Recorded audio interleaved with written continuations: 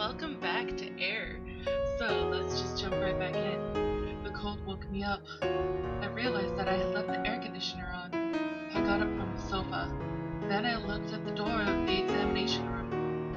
It didn't seem like anyone was inside. I recalled what happened last night.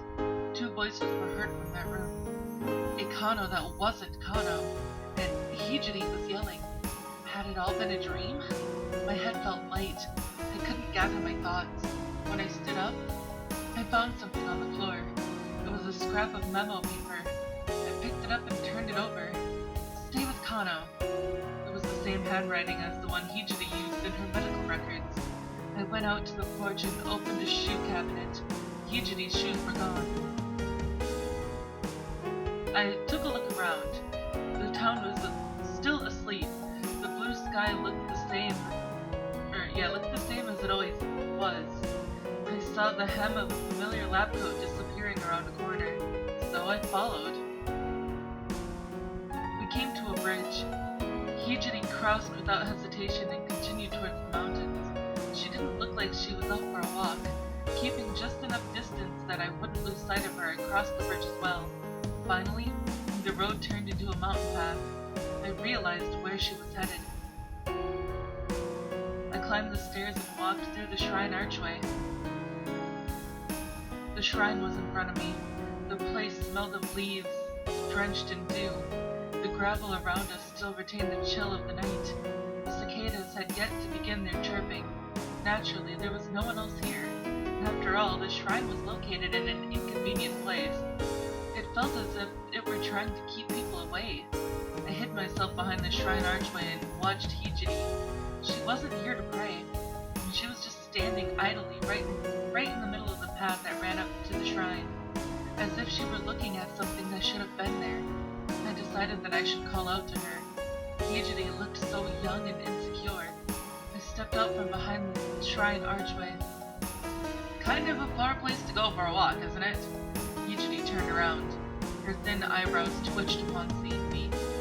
And why are you here? Didn't I write you a note telling you to stay home?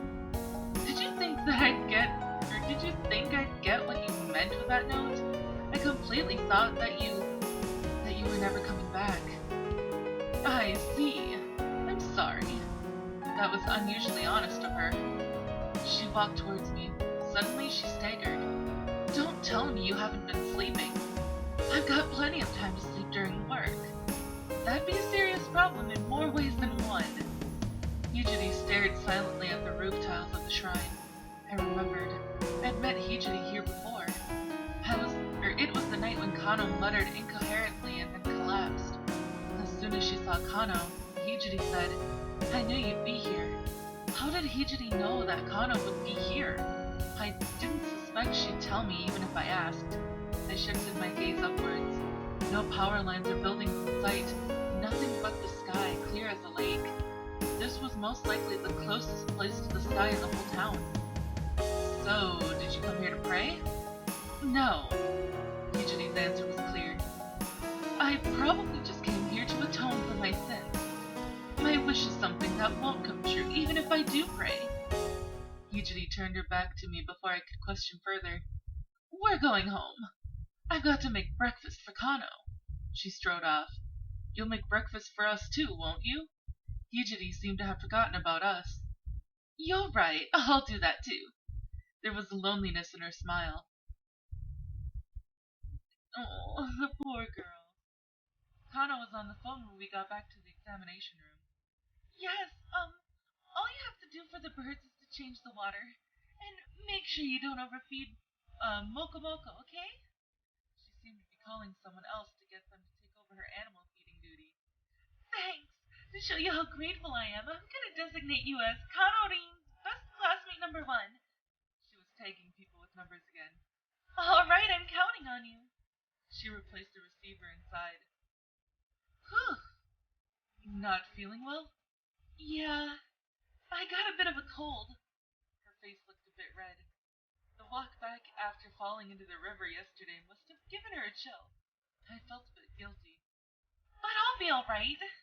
Conradin's ambition won't be stopped by a cold. Ambition? What ambition? The door opened and Hijiri came in.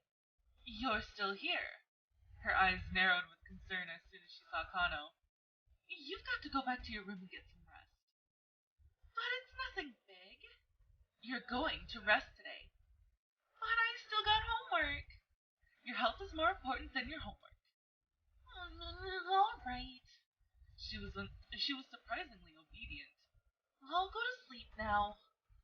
Just as she was about to leave the examination room, Hijiri called out to her. I'll bring your lunch to your room. What would you like to eat? Flowing noodles. Don't tell me she plans to do that in her room. Not today.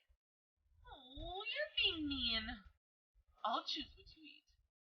In exchange, your meals come with Kunisaki-kun. Really? Her eyes sparkled. If you're fine with me, I replied with a bitter smile to her unexpected response. Okay, no problem. I'll be waiting. Kano left the examination room with a smile that made me doubt she was sick. Ooh, what a naughty girl. We began our work for the morning. Miraculously, as many as 3 patients visited our clinic. During the examinations, I just sat in the reception area and spaced out. The fading timetable and unused medicine rack was a glimpse into the past when this clinic was filled with patients. We had porridge for lunch. It was the menu that Hijiri had chosen for Kano. Medical porridge with scallop was quite a feast. It's a bit late to say this now, but... What? You're good at cooking. Flattery won't get you anywhere. Are there any seconds? No. She had no mercy on me. The rest is for Kano. What about Potato? He's gone out today. I see. The conversation didn't seem to be going anywhere. She's only got a small cold, right? Why are you overreacting when you're a doctor? Right. I understand you, but... Hijiri stood up. Without a word, she left the examination room. It wasn't long before she returned carrying a square wooden tray. On it were Kano's bowl, a spoon, medicine, and a cup of water. She had most likely warmed it up again. Steam was rising up from the bowl. Would you mind taking this in to her? She handed me the tray. Why don't you just take it to her yourself? I promised her this morning that you'd take it. She should be looking forward to it, she said with an over-serious tone. All right. Come right back afterwards. I nodded and accepted the tray from her. Holding the tray in one hand, I knocked on the door. Are you awake? Just 1 second. I could hear some thumping sound from the other side. Okay, you can come in now. I'm coming in. I turned the doorknob and opened the door. The room was tidy. Brilliant sunlight entered from the big window. There was an encyclopedia and a collection of literature works on the shelf. That must be some hand-me-downs from Hijiri. Kano looked up at me while she sat on her bed. It's a bit messy. It's not that messy. It looks like a nice, relaxing room to me. She was about to say something, but her face went all red. How are you feeling? I'm all right now. Wait, why aren't you in your pajamas? Because I'm all better now. It was an excuse one might expect from a child. But that's not all. What else? It's embarrassing to be seen in my pajamas. She must have been changing before I arrived. This isn't the time to be worrying about your clothes. No, fine. Go to sleep. I pointed at the bed. Otherwise, Hijiri will get mad at me. Don't leave that bed, all right? Oh, food. She sat down and mumbled reproachfully. I almost forgot. I put the tray on the bed. Eat first, then go to sleep. Okay, I'll eat. She picked up the spoon with the bowl, then she took a whiff of it. Wow, what tasty looking porridge. It was delicious. I still want more. I'm digging in. She scooped and swallowed a mouthful. It's too hot, she cried out suddenly. After gulping down some water, she continued eating her porridge. I watched Kano eat for a while. Although she doesn't seem to mind, the bandana on her wrist looked like it was getting in the way. Should I feed you? That'd be too embarrassing. Really? Well, I suppose you're right.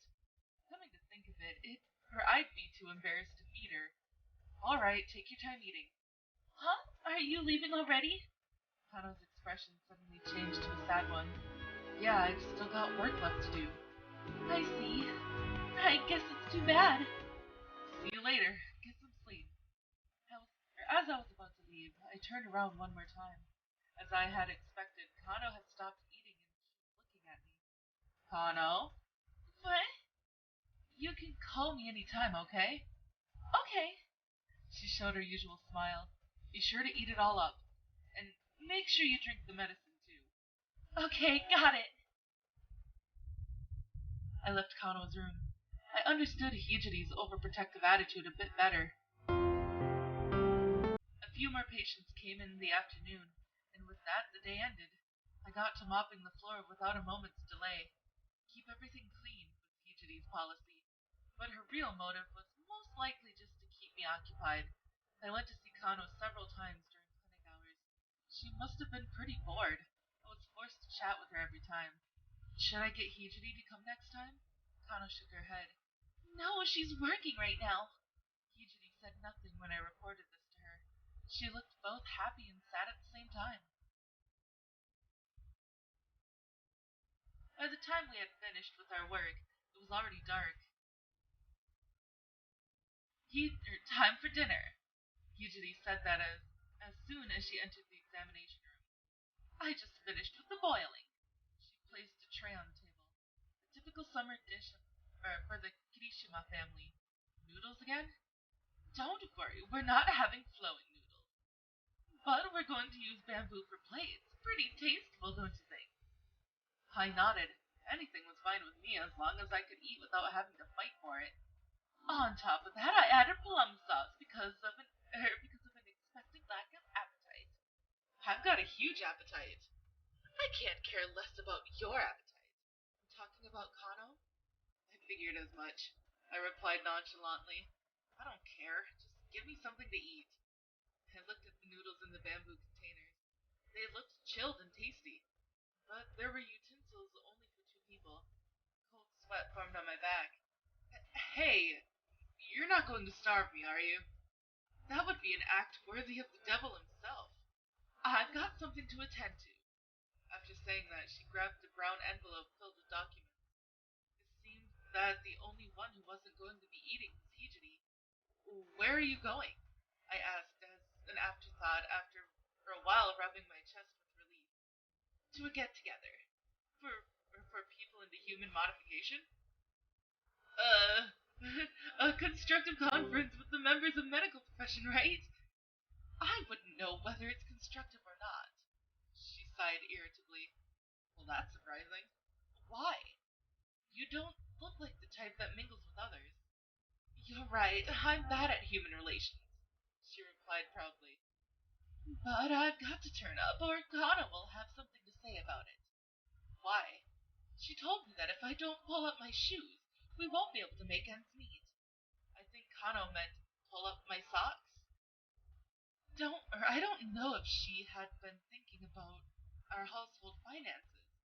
That girl's surely grown up, or has surely grown up. She looked into the distance with a smile. Oh, while we're on the topic of growth, Kunisaki-kun, she slapped my shoulder. What now? Kano looks pretty childish on the outside, doesn't she? She's pretty childish on the inside, too. You know nothing, Kunisaki. She folded her arms and laughed knowingly. She looks amazing when she takes her clothes off. She was pretty skinny up until last year, but her breasts had doubled in volume as comparison to version 1.0.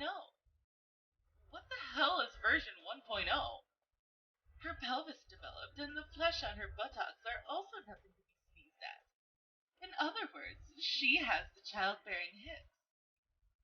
Why does it sound so indecent when she uses terminology that way? She's my sister. It's only natural that she'd grow to be a voluptuous woman. So that was what she wanted to say. So I'm counting on you to bring her dinner and medicine.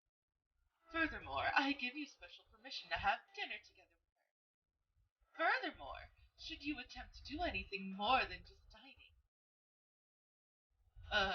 It was her usual punchline. I'll be back before the day's over. Take care of Kano for me. With that, Hijiri left.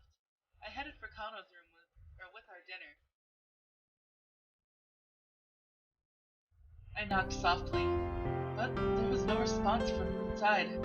Was she asleep? I was about to turn back when I felt something was wrong. I put my hand on the doorknob. Gently, as not to make a noise, I turned it. It wasn't locked. Coming in, Kano. After sounding off, I opened the door. And she's not there! The lights were off. The air was moving. The window was slightly open. The wind shook the hem of the curtains, bringing with it the smell of the sea. Kano? After a moment's hesitation, I cast my glance around the room. It was silent. The streetlights outside cast a band of light over the bed. The bed was empty. Whom should have been there wasn't. I dropped the tray and ran. For a sparse row of streetlights. I chased the nearest one in front of me, then the next. My heart beat fastened. My chest hurt, not because I was running. Some unknown force seemed to be pressing against my chest, so I ran. I crossed the bridge. The night air had grown thick. The darkness could make one lose his own identity.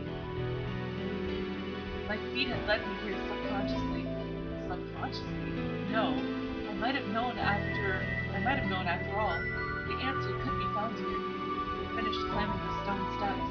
Beyond the shrine archway, I could see the glittering of 1,000 stars. I was out of breath. But more importantly, a sense of unease was clogging my chest. Kano! My voice was swallowed by the evening air. The wind blew past me. Beyond the wind, there stood a girl. Kano! I dashed towards her. Eyes that reflected no light, hollow eyes that saw nothing. Kano! I reached out. My fingers brushed against her hair. Those eyes could not see me. At last, Kano's lips moved. Words that did not belong to Kano. If that is so, let me end his life with my own hands. Kano raised her hands. Her slender fingers coiled around my neck. Slowly they became infused with strength. The scorching pain consumed my neck. I became painfully awake. Kano was right before my eyes, yet that was not Kano. Kano was strangling my neck with both hands. None of what was happening felt real. The skin on my neck felt hot. It was as if a heated iron was being pressed against me. Her hands strengthened their grip even more. This was not the strength of a young girl. I gripped Kano's wrist, trying to undo her hold. With all of my strength, I tried to pry Kano's hands away, but I could not undo her hands, which were much more delicate than mine. I couldn't breathe. The scene before my eyes grew dark. There was no fear or regret. I didn't know why. I felt nothing but an unbearable sadness. Just as my consciousness was about to leave me, the pressure vanished. Kano was looking at me. For an instant, the light within her eyes reflected my image. Kano's eyes opened wide. What happened afterwards seemed to be moving in slow motion to me. Kano's hands fell down as though she was stroking my chest. Her knees snapped and folded as she fell towards the ground. Already half conscious, I embraced Kano to stop her fall. Kano! I could not hear my own voice. Is my throat crushed? Or is there something wrong with my ears? Am I having a nightmare? I don't know anymore. What the hell is happening? Amidst the chaos, I lifted up Kano's body. She was light. It was as though she didn't exist. Damn it! Anger welled up inside me. I didn't even know what I was angry about. But my anger was the only thing keeping me conscious. I started walking. The ground was shaking.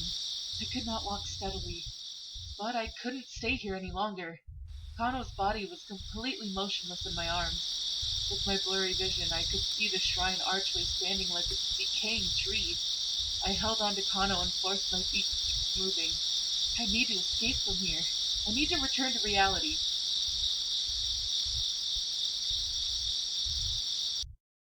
Then August 1st, Tuesday. This is all the time that I have for this episode, guys. So if you liked it, please give it a big thumbs up down below. This was kind of a dramatic episode.